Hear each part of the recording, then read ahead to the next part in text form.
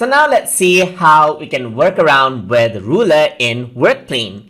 So if I were to go around over here onto Workplane and click over here, you can see that I can take a surface area as a reference point. And if I want to work around with the ruler right here, I can simply click on ruler and place the ruler here as well. And if I were to click on an object, you can see that it takes the Workplane as the reference point to work around with the object.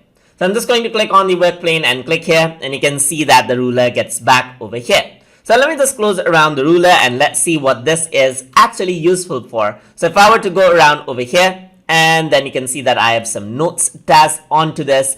So let's say, for example, if I were to keep the ruler here. So now in this lesson, we're going to work around with rulers. So I'm just going to rename it to ruler right there.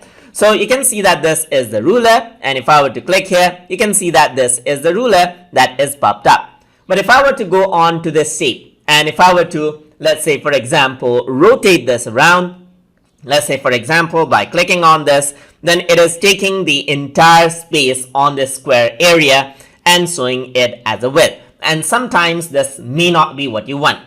So in order to work around with this, you can go to Workplane and click on this area right here, and then you can go on to ruler. And if I were to click over here just like this, so let me just click here, this is what happens. So now you can see that it takes this reference point, and now you have this exact area being calculated onto the ruler instead of what you see in the ground and in the square space. So you can go around and type in the exact value you want and then resize the object so that it is more precise. So this is much more favorable in case you want to go around over here. This is the ruler, click around in the Workplane just like this, and this is how it happens. So you can go around, let me just go to ruler right here, and if I were to go around and click here, you can see instead of these bounding box, you can just take this area as a reference point for the ruler and work around with it as well.